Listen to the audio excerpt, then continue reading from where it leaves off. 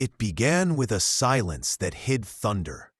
For months, the sands of the Sahel carried whispers, rumors of a secret weapons convoy snaking its way across borders, financed by foreign interests and worth more than $700 million. Its cargo, enough firepower to shift the balance of power across an entire continent. Few knew where it was headed, and fewer still dared to stop it. But when the information reached Ouagadougou, one man decided to act. Captain Ibrahim Traoré, leader of Burkina Faso's new generation of revolutionaries, ordered an immediate halt to the operation.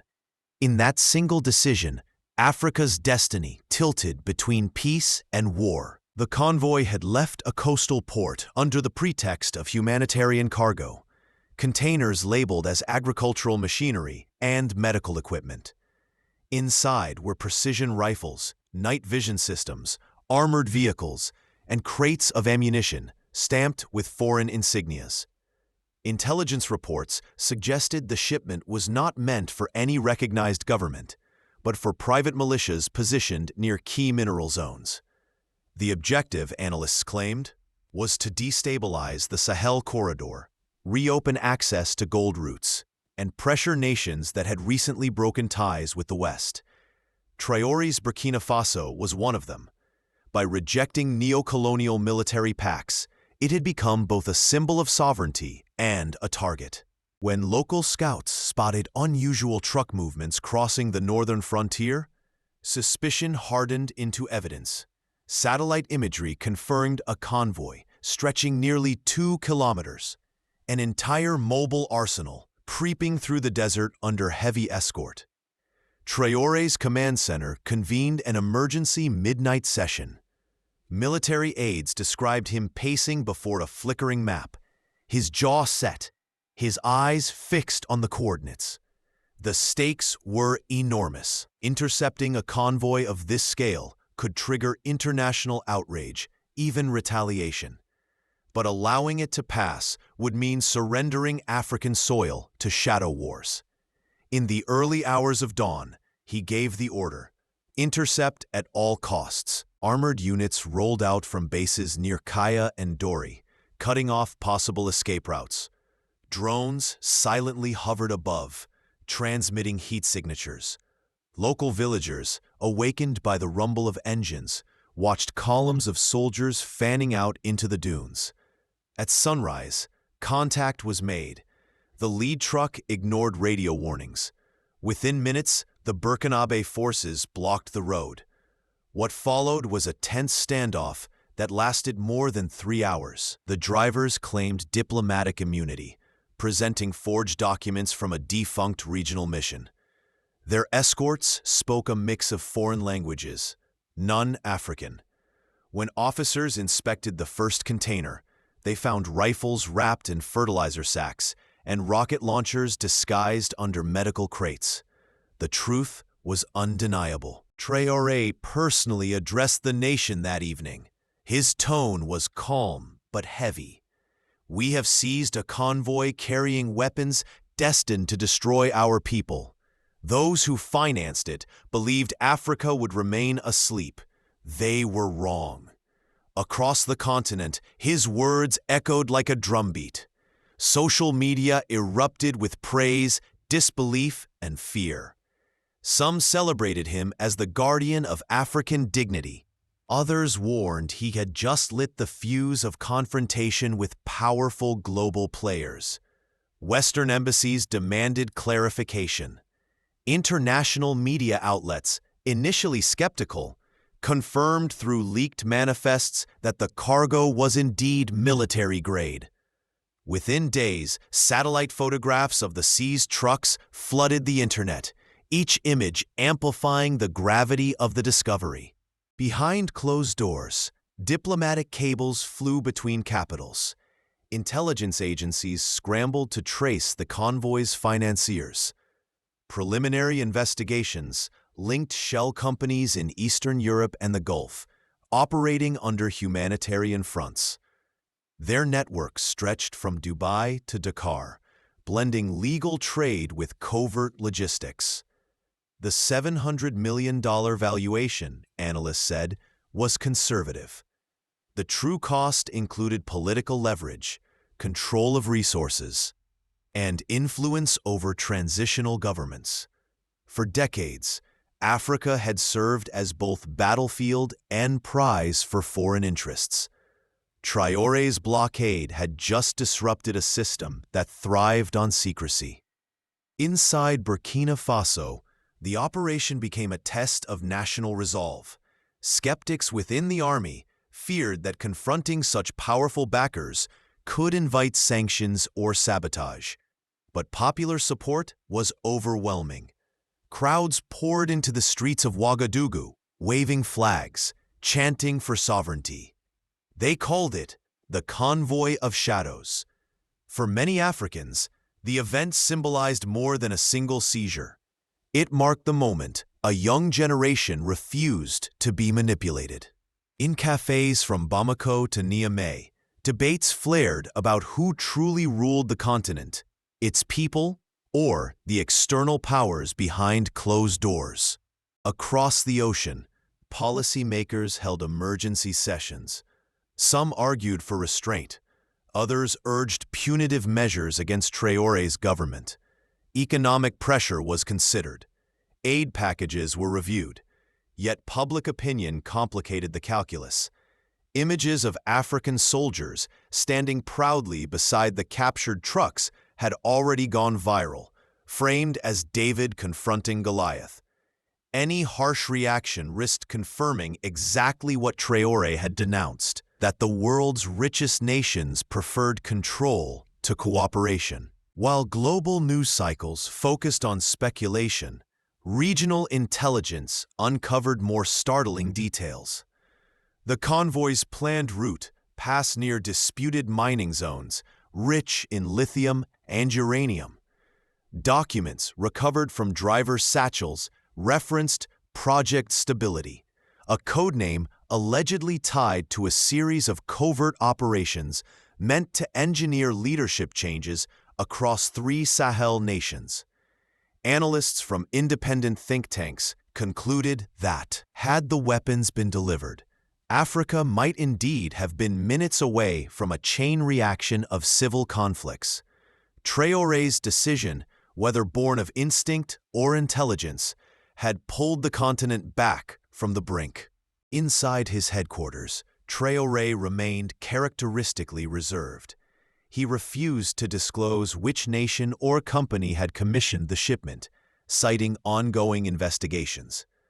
But he made one statement that resonated everywhere: Africa will not be a battlefield for other people's profits.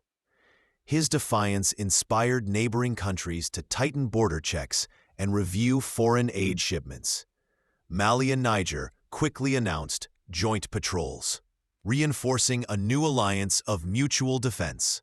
For the first time in decades, the Sahel spoke with one voice. The convoy seizure also reignited debates about sovereignty and security. For years, Western military presence in the region had been justified as a counter-terrorism effort. Yet many Africans suspected deeper motives: access to gold, uranium, and rare earth minerals.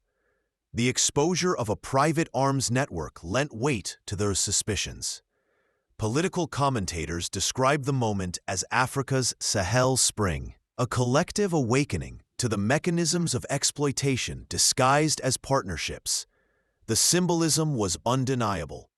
A young captain in his 30s had outmaneuvered global intelligence services and defended his country's integrity with limited resources. But the victory carried risks. Within weeks, Burkina Faso faced a wave of cyber attacks targeting its ministries. Anonymous statements appeared online accusing Traoré's government of authoritarianism, attempting to erode his credibility. International watchdogs demanded transparency about the seized cargo. Rumors circulated that some of the weapons might be redistributed to Allied forces, though no evidence supported that claim. Through it all, Traoré's administration maintained a simple line: Every piece of evidence would be handled lawfully and under regional supervision. Independent observers from the African Union were invited to verify the inventory, adding legitimacy to the government's stance. Economically, the standoff created ripples. Investors hesitated, fearing instability. But regional trade within the newly formed alliance of Sahel states increased, compensating for losses. Citizens across West Africa began contributing to public defense funds, motivated by a sense of unity rarely seen before. Artists painted murals of Traoré blocking a column of trucks under a blazing sun. Poets wrote verses about sovereignty reclaimed. Students debated strategies for economic independence. The convoy had become a metaphor, a line in the sand drawn not only against weapons, but against dependency itself. Meanwhile, analysts in Washington, Paris, and London wrestled with uncomfortable questions. How had such a massive shipment escaped international scrutiny? Who authorized its transit? And why did it target a region recently asserting its right to self-determination? Theories abounded. Rogue contractors, intelligence black ops, or multinational corporations protecting mining concessions. None could be proven, but each added to the sense of a world order fraying at its edges. For decades, African wars had been managed by external powers. Now an African leader had managed to prevent one. Weeks after the interception, Burkina Faso released footage of the seized weapons under tarps at a secure compound. The images were both sobering and triumphant. Rows of trucks shimmering under the sun, soldiers standing guard with measured pride. Traoré's message accompanying the footage was brief. This is what we stopped.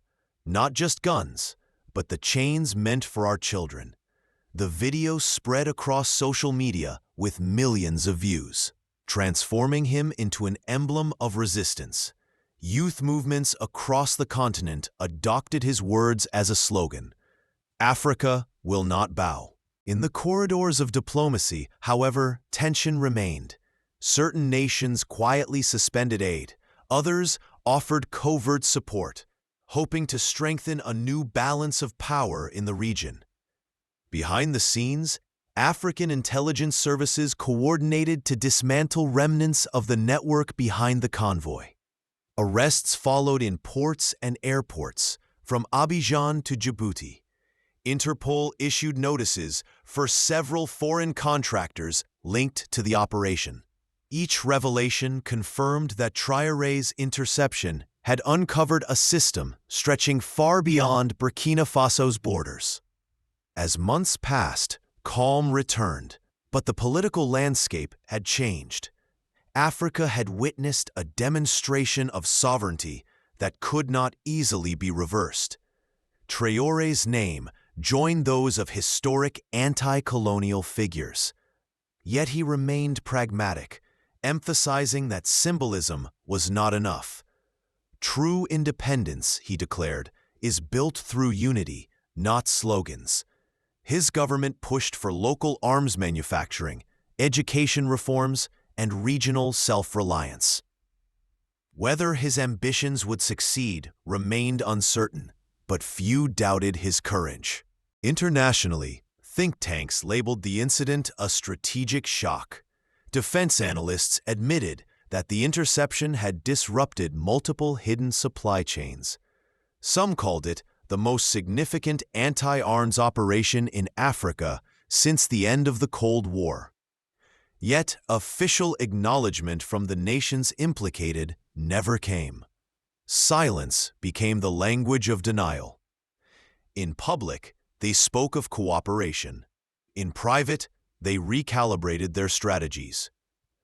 Within Burkina Faso, life moved on. Markets reopened. Soldiers returned to their barracks. But a quiet pride lingered. Parents told their children the story of the night their country faced the world and did not blink.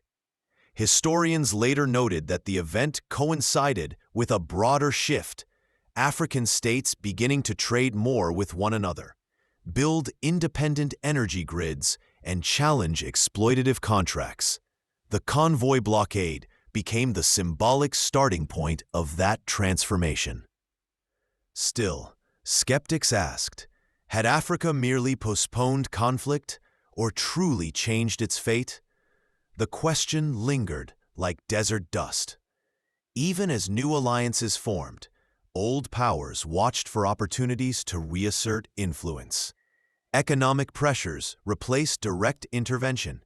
Information wars replaced armies. Yet the memory of that intercepted convoy remained a warning, proof that vigilance could avert catastrophe. Traoré himself, often portrayed as enigmatic, continued to balance defiance with diplomacy. He met quietly with leaders from Asia and Latin America, exploring partnerships outside traditional Western frameworks. Each meeting sent subtle ripples through global politics. The message was consistent. Africa seeks partners, not patrons. For many Africans, that sentiment captured the spirit of a new era. The $700 million convoy had failed to deliver its cargo of division, but it had succeeded in delivering a lesson, one measured not in weapons, but in awareness. As the first anniversary of the blockade approached, Burkina Faso hosted a regional security summit. Representatives from over a dozen nations attended. On the final day, Traoré addressed the assembly beneath banners reading "Sovereignty and Solidarity." His speech was neither fiery nor accusatory. It was measured, reflective. "We could not stop those trucks to humiliate anyone," he said. "We stopped them because our children deserve peace made by our own hands." The hall erupted in applause. For once, Africa was not reacting to crisis. It was defining its own narrative. In retrospect, analysts agree that Africa truly was minutes away from war. The intercepted weapons, if deployed, could have ignited ethnic conflicts, toppled fragile governments, and invited foreign intervention on a massive scale. Traoré's decision altered that trajectory. As the first anniversary of the blockade approached, Burkina Faso hosted a regional security summit. Representatives from over a dozen nations attended. On the final day, Traoré addressed the assembly beneath banners reading "Sovereignty and Solidarity." His speech was neither fiery nor accusatory. It was measured, reflective. "We did not stop those trucks to humiliate anyone," he said. "We stopped them because our children deserve peace made by our own hands." The hall erupted in applause. For once, Africa was not reacting to crisis. It was defining its own narrative. In retrospect, analysts agree that Africa truly was minutes away from war. The intercepted weapons, if deployed, could have ignited ethnic conflicts, toppled fragile governments, and invited foreign intervention on a massive scale.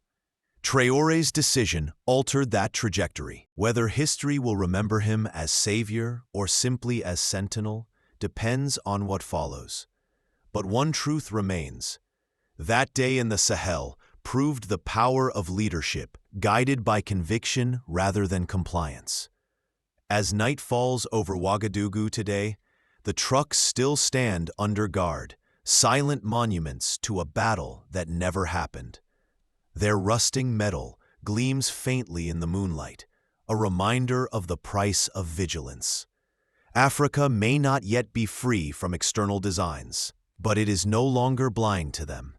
And as long as there are leaders willing to act before disaster strikes, the continent will not again come so close to war without a fight for peace. Before you scroll away, remember, stories like this are more than news. They are history in motion. If you believe Africa's truth deserves to be heard, hit that subscribe button right now. Every click helps this voice grow stronger against silence. Join a community that stands for awareness, courage, and change. Don't just watch history. Be part of those who witness it with open eyes. Subscribe today, because truth like this should never be buried.